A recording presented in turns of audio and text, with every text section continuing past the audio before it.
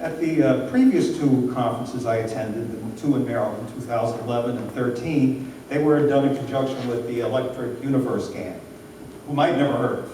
And so, I mean, everything they presented at those conferences was new to me and interesting. I mean, you know, the universe is made of plasma. Why isn't electromagnetism considered as well as gravitation when you start talking about things that are going on in the universe? It makes kind of sense. They had great films.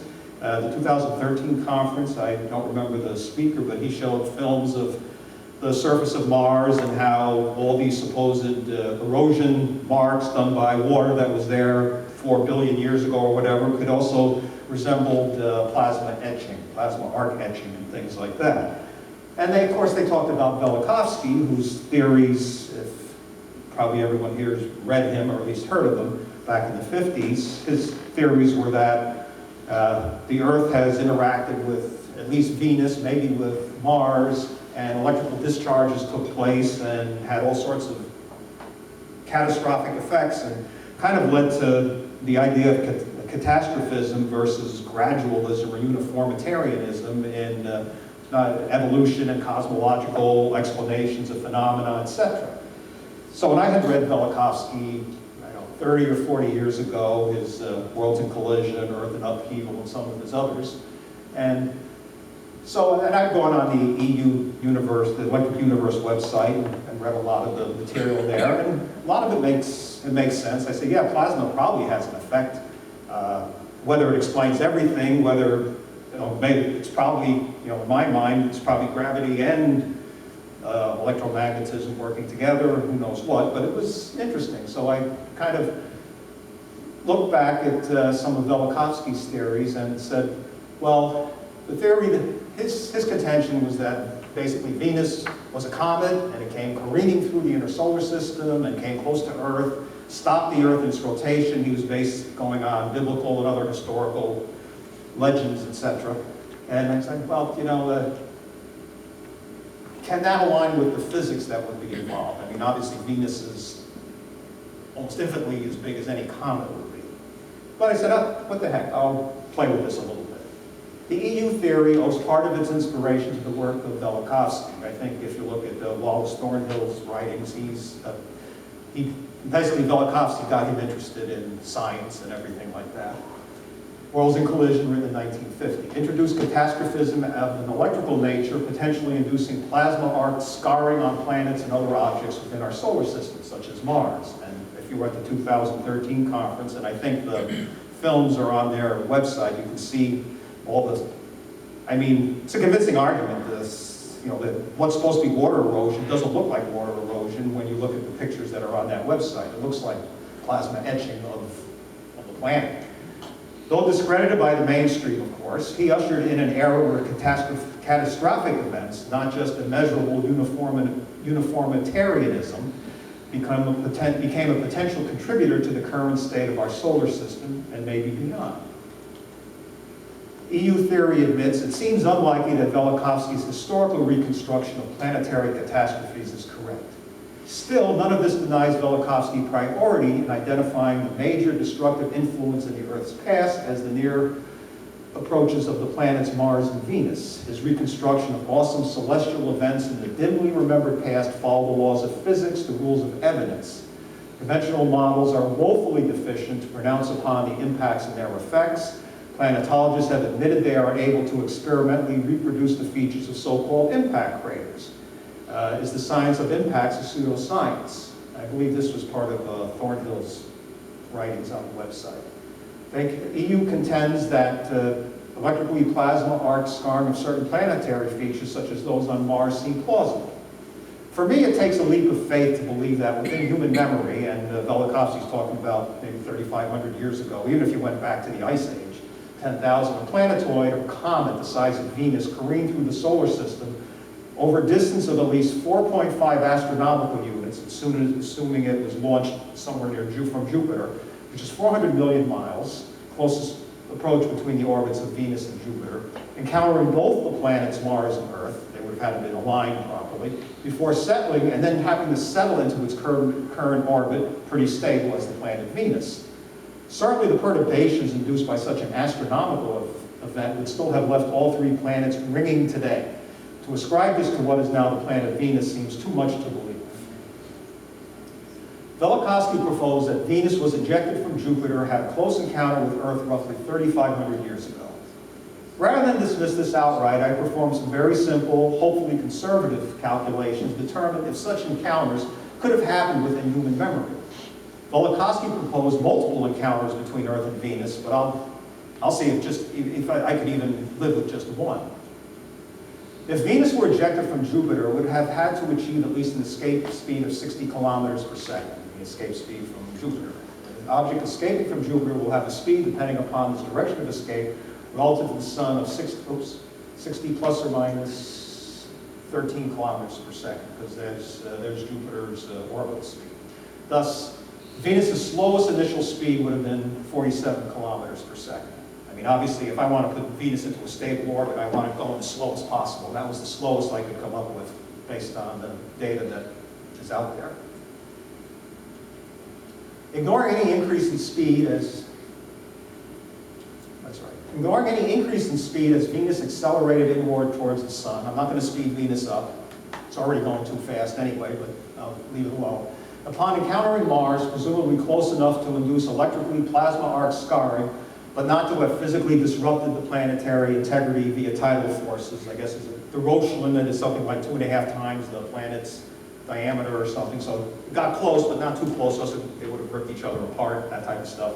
Conservation of momentum would require M is mass, S is speed, V is Venus, 1 is before, 2 is after. So this is the conservation of momentum between a close encounter between Venus and Mars, assuming it's sort of elastic. It's an elastic collision where they didn't really collide. So conservation of momentum. If I plug in the values from the previous table, I assume this is the speed of Venus, this is Mars's orbital speed today, and the ratio of the masses relative to Earth, I come up with this equation. The speed of Venus after the collision is this function of the speed of Mars before the collision. I know how fast Mars moves today orbitally. I don't know what it was when this supposed collision took place, so this remains a variable. Assuming Venus next encountered Earth, again, presumably no closer than the Roche limit, the same conservation of momentum would have required that, now with subscripts E for Earth, 3 for the post-encounter Venus with Earth. So here's a conservation of momentum with Earth. Now Earth is, before anything happened, this is Venus at its second encounter, 3, Earth after its encounter with Venus. With the M for Venus and Earth, the speed of Venus after, this is Venus's current orbital speed, 35 kilometers. Here's the Earth's, 30. Venus and Earth's current speeds. I ended up with this equation. So I have the speed of the Earth is this function of the speed of Mars before the collision. So this speed of Earth before the collision, the speed of Mars before the collision. I don't know what the speed of Mars was before the collision. If we assume that the original pre-Venus encounter speeds of Earth and Mars are in the same proportion as their current, then I can at least get I have one equation and two unknowns. Now I can have, here's a second equation. I'm assuming that before the encounter, the speeds of Earth and Mars are in the same ratio as they are today. Substituting this in the previous equation yields the initial speed of Earth to be 40 kilometers per second before it encountered Venus, 33% faster than today. Had Venus encountered Earth within human memory, there would be evidence of a pre-encounter year that was 33% shorter than current. The year would have been 245 days. That certainly would have been noticeable. I think there'd be, even if, I mean, certainly would be noticeable within human history if this happened 3,500 years ago. There'd be other evidence, geological evidence, who knows what. There'd be all sorts of evidence, because that's pretty significant. Even if I was off by a factor of 10, a pre-encounter Earth year only 3.3% shorter, 353 days, than current would quickly accumulate into one of our current years in only 30 years. Presumably, even our ancestors would have noticed such a difference, as a century would have been over 3 years shorter than it is now. Certainly, we know that earlier civilizations were very good at astronomy, the Mayans, etc., the Egyptians, so I think they would have noticed even 33%, even 3.3% difference in the year. A year shorter by this amount, which is 12 days, has precedence regarding how humans react. In 1750, Great Britain switched from the Julian to the Gregorian calendar. Other countries had previously converted as early as 1583. Britain was very late, which had over time amounted to an 11-day difference. Thinking their lives had been shortened, the unaided populace rioted for the return of our 11 days. I think this is one reason why originally Washington's birthday was the 11th and is now the 22nd of February. This happened somewhere in there because Great Britain, and he was born I think in 1732, so Great Britain did this in 1750. The colonies would have done the same thing, so that's why his birthday was switched around. Russia didn't switch till 1918. The difference had increased to 13 days, but you're not allowed to ride in Russia. Based on my quite crude calculations, it still appears too far-fetched to believe that planet Venus arose out of Jupiter and careened through the inner solar system any time within human history, if ever at all. This doesn't invalidate the EU theory contention that planetary scarring due to electrical plasma arcing caused the bizarre surface features seen on Mars and perhaps other celestial objects, but just what particular planetoids or comets might have been responsible for this remains unknown. And that concludes my fourth and final talk. So, a little tribute to the EU people, even though they aren't here. Well, no, I had a lot of questions about that, and I remember myself, when we had that first meeting, I was instrumental in trying to help and get them together. And one of the questions I had for them, and it's a story I tell a number of times, is they talked about the specialness of Venus according to people's observations. And of course the argument, you know, we in the MPA are spoiled in some sense because we have the complete freedom to stand up and totally disagree with everything you just said. And so I decided at this point, knowing that this was more of they accept more of one thing than our group does, that I would, you know, go ahead and just do what I would have done if this was a CNPS conference. And I said, well, what about the idea that planets simply move on the background? And at that time, they don't have computers. And that's going to be a telling thing. People are going to see that. And Venus was particularly bright. And at that point, it wasn't an argument or it wasn't a rebuttal at that point. It was more of it was an attack. And again, I'm not here to criticize, but I think one of the things that I commend you on is to look at two things you did. I thought that was really good. One, you're trying to say, okay, well, if these are the premises, let's look at what we should be seeing. And that's what I think the MPA is about. But then on the other side, you're saying, well, there are things that could be said about, you know, I see things. I'm always a person when I see anybody's talk, whether I disagree with it or agree with it, is try to pull something out that I see is worthwhile. Because obviously these people spend a lot of time looking at this. The other thing is with the scarring, I just was a question to you. One of the things that bothers me about that, and I'm not saying that it couldn't be, there's I think two things. One, being a mathematician, and I got really into fractals. Yeah, they look fractal. Yeah, yes. All these things look fractal. You can see, one of the things you see even on the internet are pictures of the Earth or places in the universe, or things really close up or far away that look like something else. Mm-hmm. You know, and it's just because of the way mathematics and fractals and these things work. So seeing patterns and seeing that certain things create similar patterns, we know in filmmaking that rain sounds the same as barbecues meat on a grill. And, you know, applause sounds, you know, so you have things that are very similar. And I see sometimes, I'm not seeing that, I see that as a main argument, but from my mathematical and observational side, I feel that's not always an argument to those things. And the second thing about scarring is I say, why aren't we seeing scarring happening? Why? It seems like we're never seeing the things that are being talked about. Has that crossed your mind at all, or those? We need something. I mean, the contention was they got pretty close. So, I mean, probably called like the Roach limit or something. I don't know if we've had any significant bodies in our observational history that have come close. Certainly nothing's come close to the Earth.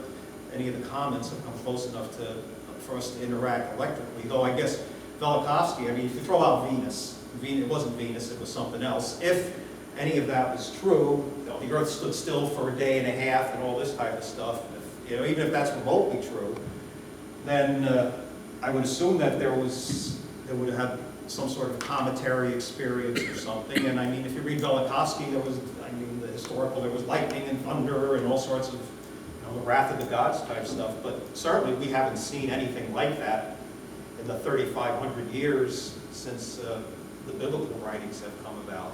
But it's certainly possible that nothing has come that close.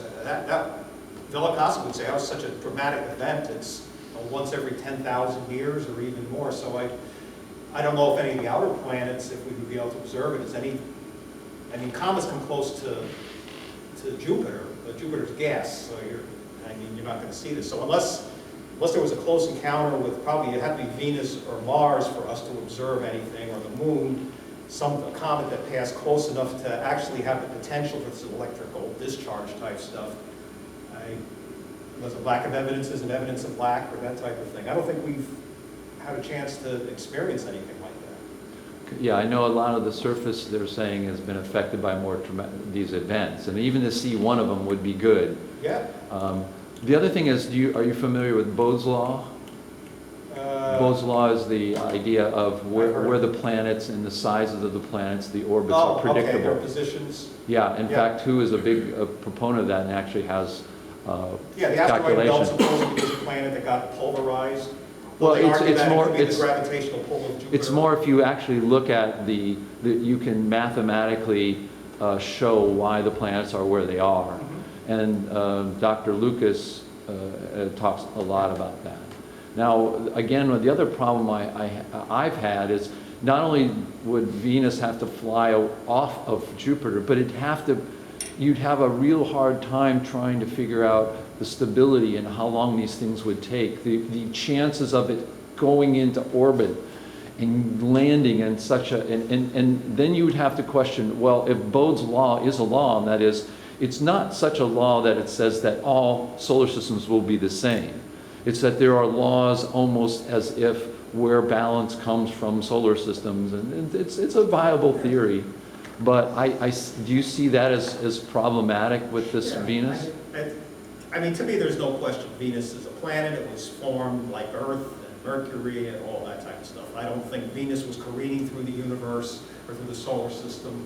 I mean, that's what I did. I said I'm not ready to dismiss the possibility of electrical discharges between planets. I'm ready to dismiss the idea that Venus was, even if it was a big moon of Jupiter and it got launched, I didn't even try to calculate the probability of the Earth and Earth being aligned with, that's my specialty, is probability and statistics. I didn't even dice with that. I'm just saying, okay, let's say everything happened to align just right. Right.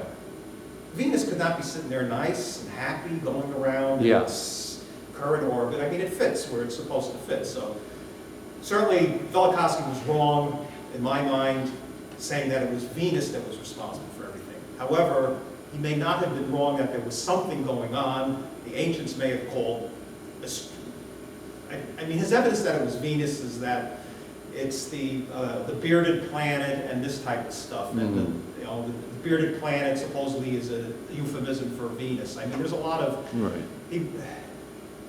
If he was around today, I think he would back off on all the Venus stuff. He would still contend that there was a catastrophic event early in prehistory.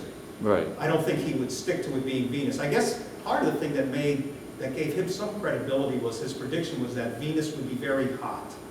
And it is very hot. But I don't think he thought it would be very hot because of greenhouse gases and the thick atmosphere. I think he thought it was going to be very hot because of these close encounters.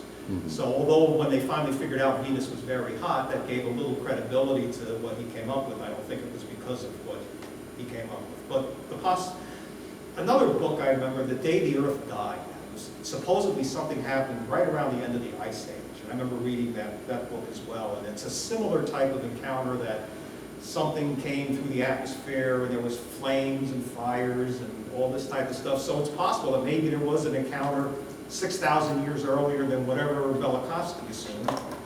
Probably a comet. I mean, what else comes close to could potentially come close to the Earth? I don't know how close it would have to come to electrically discharged. I know that I think the EU people postulate some of these discharges over greater distances than I think what we're talking about here, the Roche limit. Mhm. Yes.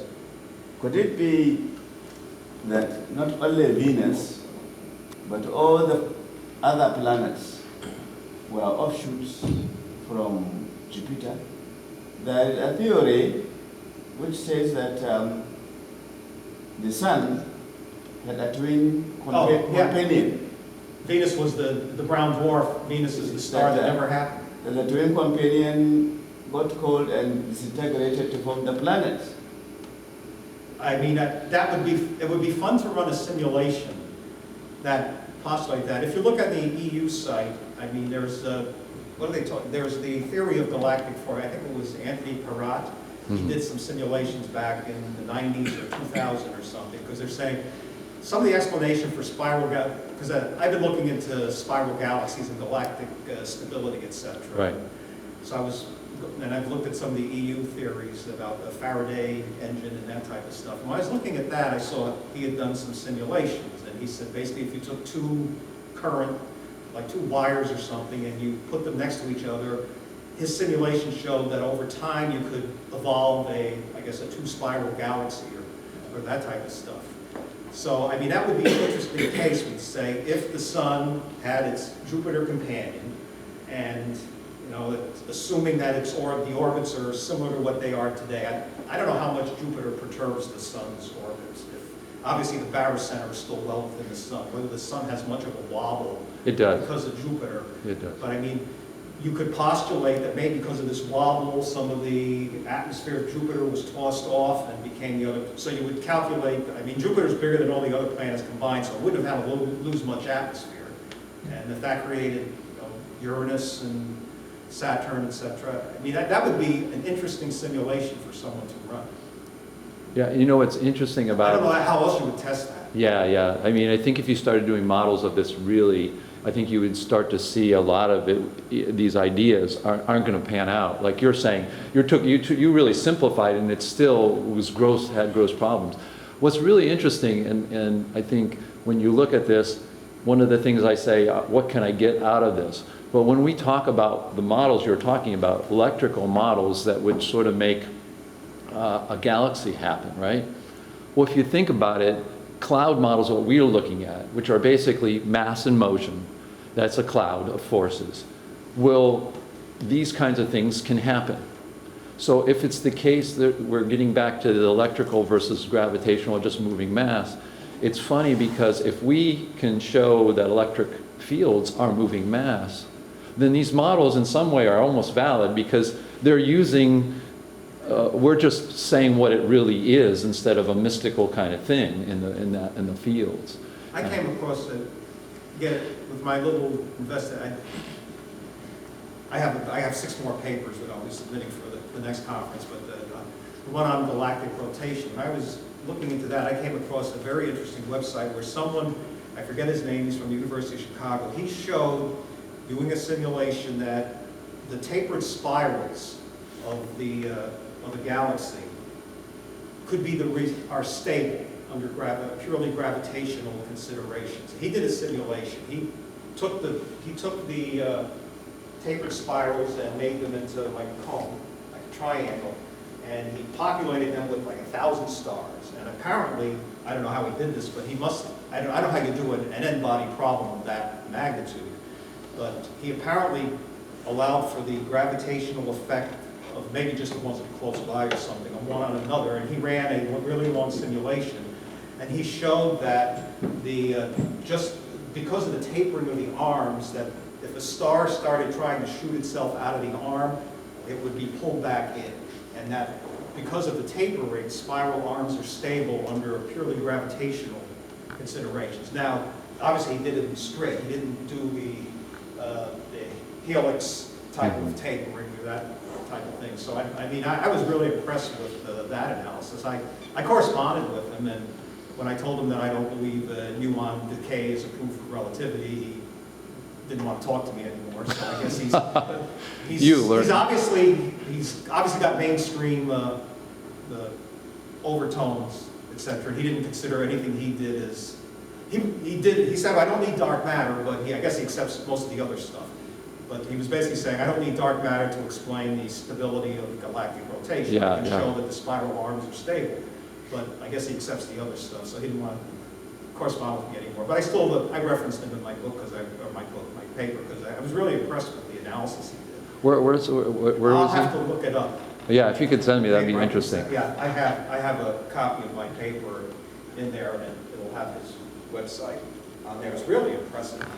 And he actually shows how the simulation, the star goes out and comes back in. And no, that would be, my father and I'd love to see that. Galactically, gravitationally stable.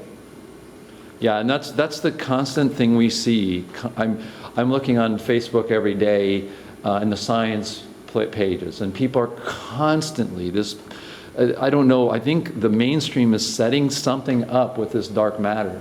And I think they're looking, that's going to be the next, maybe I think what's happening is maybe what they're thinking is dark matter is going to be the next wave of Nobel Prize winners. I don't know what. In fact, Makiko, the guy who looks like Einstein. Oh, Miko, yeah. Michio. He does all the science shows. Right. He's said numerous times that the person who solves this will be an instant Nobel Prize winner. So if you think about it, even if people don't believe it's right, the draw of getting a Nobel Prize from it seems to be, something that, socially is much more interesting to them than having a, truth of whether in this. I mean, here's a guy who got upset about the muon decay proof for special relativity, and it's literally proves that special relativity is correct. Well, I've seen other explanations for the time differences in muon decay. I want to hear about it. Which is surprising, because here's someone who was writing about why dark matter doesn't exist. Yeah, exactly. And that is so bizarre. It is so bizarre. I was taught physics, at the University of Chicago, and I have a good grounding in this. But you don't accept that. I guess he wasn't taught dark matter, so he feels free to reject anything after college. But I'm still impressed by his analysis. No, exactly. I mean, that's the funny part. Any other questions or comments? Well, that was great. Thank you very much.